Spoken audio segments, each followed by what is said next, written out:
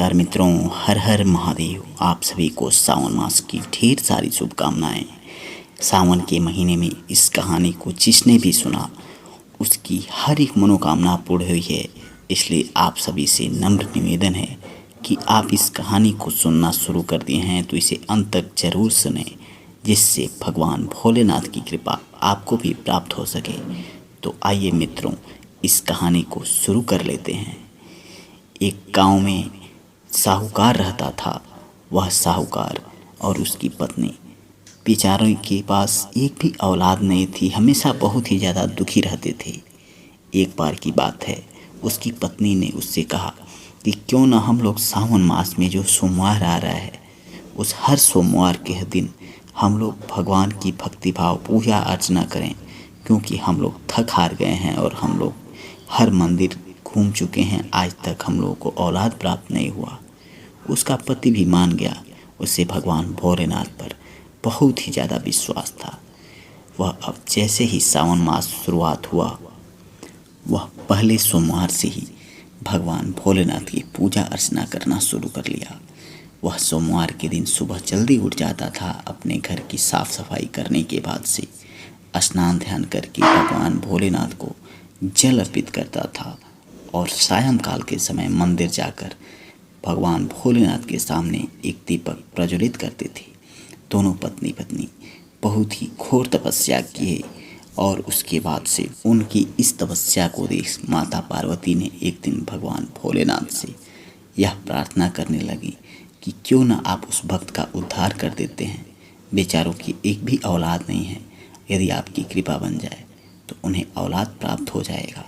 भगवान भोलेनाथ कहने लगे कि हे माते, आपको तो पता ही है, यह पूर्व जन्मों में इन्होंने बहुत बड़ा पाप किया था, इसलिए औलाद के सुख से ये लोग वंचित हैं। लेकिन माता पार्वती ने बार बार उन्हें आग्रह करने लगी, निवेदन करने लगी कि जाने दीजिए, जो गलती हो गई सो हो गई, लेकिन अब तो ये आपके परम भक्त बन चुके हैं। हर सावन के महीने में आपकी पूजा अर्चना करते हैं, आप इन पर दया कर दीजिए। भगवान भोलेनाथ ऐसे देवता हैं जो जितना जल्दी क्रोधित होते हैं उतना जल्दी मान भी जाते हैं। इसलिए भगवान भोलेनाथ मान गए और अगले दिन साहूकार को उसके स्वप्न में आकर उसे एक स्वप्न ने दिखाए। वह स्वप्न में देखा कि भगवान भोलेनाथ उससे कह रहे हैं कि तुम बहुत ही जल्द ही एक नन्हे से बच्चे के पिता बन जाओगे और तुम्हें संतान सुख की प्राप्ति होगी। लेकिन उन्होंने एक बात और कही कि तुम्हारे पूर्व जन्मों के कर्म से मैं इसे अछूता नहीं रख सकता, इसलिए यह बल का लड़का जब 16 साल का हो जाएगा तब इसकी मृत्यु भी हो जाएगी। वह सुबह उठा तो बहुत ही प्रसन्न था कि उसे औलाद सुख की प्राप्ति होगी। वह यह बात अपनी पत्नी को बताया कि उसके सपने में भगवान भोलेनाथ आए हुए थे। लेकिन उसके बाद वह बहुत ज़्यादा दुखी हो गया। पत्नी पूछने लगी, ये तो बहुत ही खुशी की बात है कि हम लोग को संतान सुख की प्राप्ति होगी, लेकिन आप इतने उदास और मायूस क्यों हो गए? वह कहने लगा कि भगवान भोलेनाथ ने ये भी बताया कि हम लोगों के पूर्व जन्मों के कर्म जो थे वह अच्छे नहीं थे, इसलिए वह संतान सुख बहुत दिनों तक नहीं रहेगा और जैसे ही वह बच्चा 16 साल का होगा उसकी मृत्यु हो जाएगी। उसकी पत्नी भी बहुत दुखी हो गई, लेकिन करें तो क्या करें। उनको अपनी भक्ति पर अटूट विश्वास था। वे अपनी भक्ति वैसे ही जारी रखे। हर सावन के सोमवार में वे व्रत रखते, पूजा पाठ करते, मंदिर में जाकर दीपक जलाते और भगवान की भक्ति में लीन रहने लगे। कुछ समय बाद उसके घर में एक किलकारी उठी और उसने एक बहुत ही सुंदर से बच्चे को जन्म दिया। वह बच्चा इतना ज़्यादा खूबसूरत था कि पूछिए मत। अगल बगल सारे लोग उसको खिलाने के लिए तत्पर रहते, भागे भागे उसके घर आ जाते थे और उसे खिलाते रहते थे। वह लड़का धीरे धीरे बड़ा होने लगा। उसके माता पिता भी बहुत ही ज़्यादा प्रसन्न रहते थे, लेकिन उन्होंने भगवान भोलेनाथ की पूजा अर्चना करना बंद नहीं किया था। उनको विश्वास था कि भगवान भोलेनाथ यदि उसे आशीर्वाद दिए हैं, उसे संतान सुख की प्राप्ति दिए हैं, तो उसे लंबी आयु भी देंगे। इसलिए वे पूजा पाठ करते रहते थे। धीरे धीरे वह लड़का बड़ा हो गया और एक दिन उसके पिता ने उसे उसके मामा के साथ आश्रम की तरफ भेज दिया कि जाए और गोकुल में अब पढ़ाई लिखाई करे। वह लड़का अपने मामा के साथ रास्ते में चलता गया। तभी अचानक उसे ढोल नगाड़े शहनाइयों की आवाज़ सुनाई दी। वह कहने लगा कि मामा, मुझे वह आवाज़ सुना दो, मुझे वह ढोल नगाड़े के पास ले चलो। वह उस ढोल नगाड़े के पास गया तो देखा उधर से एक राजकुमार की बारात निकल रही थी। राजकुमार के पिता ने जैसे इस लड़के को देखा, वह बहुत ही आसान्वित होकर उस लड़के की तरफ भागे आए और उसके मामा से प्रार्थना करने लगे, उस लड़के से प्रार्थना करने लगे कि बेटा आज तुम दुल्हा बन जाओ, क्योंकि मेरा जो बेटा दुल्हा बन के आ रहा था उसकी आंख में बहुत तेज से चोट लग गई और वह एक आंख से अंधा हो गया है। यदि मैं उसे लेकर बारात जाता हूँ तो हमारी घनघोर बेइज्जती होगी और यह बारात वापस भी हो सकती है। जैसे तैसे बहुत मनाने पर वह लड़का मान गया और वह दुल्हा बनकर उस राजकुमारी के वहाँ शादी के लिए चला गया। शादी की सारे रस्म पूरे हो गए, शादी संपन्न हुई। अब विदाई के समय वह राजकुमारी से सारी जो घटना थी सच बता दिया।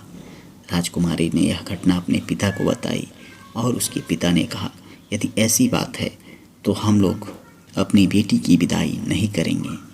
वे उस लड़की की विदाई उस आँख से अंधे राजकुमार के साथ नहीं किए और उसे अपने घर में ही रख लिए। इधर यह लड़का जो साहूकार का था वह अपने मामा के साथ शिक्षा प्राप्ति के लिए गोकुल की तरफ चला गया। कुछ समय के बाद से जैसे जैसे समय बीतता गया वह शिक्षा ग्रहण करता गया और धीरे धीरे जब बड़ा हो गया फिर वह दिन आ गया जिस दिन का साहूकार और उसकी पत्नी को बहुत ही ज़्यादा चिंता था। आखिर वह राजकुमार अमर जो था, साहूकार का जो बेटा था, वह 16 साल का हो गया और अचानक उसके पेट में बहुत जोर की दर्द उठी और वह धरती लोक को छोड़कर चला गया। अब उसका मामा जो था विलाप करने लगा, रोने लगा, चिल्लाने लगा। उसे क्या पता था कि उसकी ज़िंदगी में यही लिखा था, वह इतने दिनों के लिए ही था। वह इतना ज़्यादा विलाप करके रो रहा था, चिल्ला रहा था, जिसकी कल्पना कर पाना भी मुश्किल था। उधर माता पार्वती और भोले बाबा उधर से विचरण करते हुए जा रहे थे। अचानक माता का ध्यान उसके मामा पर पड़ा। वह उनसे कहने लगे कि हे बाबा, यह क्यों रो रहा है, इस बच्चे को क्या हो गया है। भोले बाबा ने कहा कि ये उसी साहूकार का बेटा है जिसकी उम्र 16 साल थी और अब इसके 16 साल पूरे हो गए और इसकी मृत्यु हो गई है। माता कहने लगी, हे बाबा, उसके माता पिता ने जब से यह लड़का पैदा हुआ था उस दिन से लेकर आज तक सावन के किसी सोमवार को उन्होंने उपवास नहीं तोड़ा है। हर सोमवार को व्रत रखा है, हर सोमवार को सायंकाल के समय जाकर मंदिर में दीपक जलाया है। तो क्या उनके इस प्रार्थना का आप इतना भी उन्हें लाभ नहीं देंगे? इस बच्चे को पुनर्जन्म दे दीजिए और उसके घर में खुशियाँ भर दीजिए। भोले बाबा को भी ये बातें अच्छी लगीं, क्योंकि वह साहूकार और उस साहूकार की पत्नी सच्चे श्रद्धा भाव से इतना दिनों से तपस्या कर रहे थे, अपनी बच्चे की लंबी उम्र की प्रार्थना कर रहे थे, लेकिन उन्हें डर भी था कि उनका बच्चा नहीं रहेगा। लेकिन भोले बाबा की ऐसी कृपा बनी कि वह बच्चा उठकर बैठ गया और अपने मामा के पास जाकर कहने लगा, मामा मामा आप क्यों रहे हो। मामा जब इस चमत्कार को देखे तो उनको अपनी आंखों पर विश्वास नहीं हो रहा था। जिस लड़के के शरीर में जरा सी भी जान नहीं बची थी, वह लड़का उठकर बैठ गया और उनसे बातें कर रहा है। वह भागे भागे उस लड़के को लेकर गांव की तरफ चल दिए। इधर रास्ते में आते हुए वह राजा और राजकुमारी उस बालक को पहचान लिए और कहने लगे, आज तक हम लोग आप ही लोगों का राह देख रहे थे कि कभी अपना पढ़ाई पूरा करके लौटें और मेरी बेटी की विदाई करके ले जाएं। राजा ने बड़े धूमधाम से अपनी बेटी की विदाई उस बालक के साथ कर ली और वह बालक अपनी पत्नी को लेकर, उस राजकुमारी को लेकर अपने घर की तरफ चल दिया। जैसे ही वह घर पहुंचा, इधर उसके माता पिता बहुत ही ज़्यादा चिंतित थे कि आखिर अब मेरा बेटा नहीं रहा होगा। लेकिन जैसे ही वो अपने बेटे को किसी राजकुमारी के साथ आते देखे, उनका खुशी का ठिकाना नहीं रहा। वो जोर से चिल्लाने लगे, नाचने लगे और उन्हें अपने बेटे को पाकर बहुत ही ज़्यादा प्रसन्नता हुई।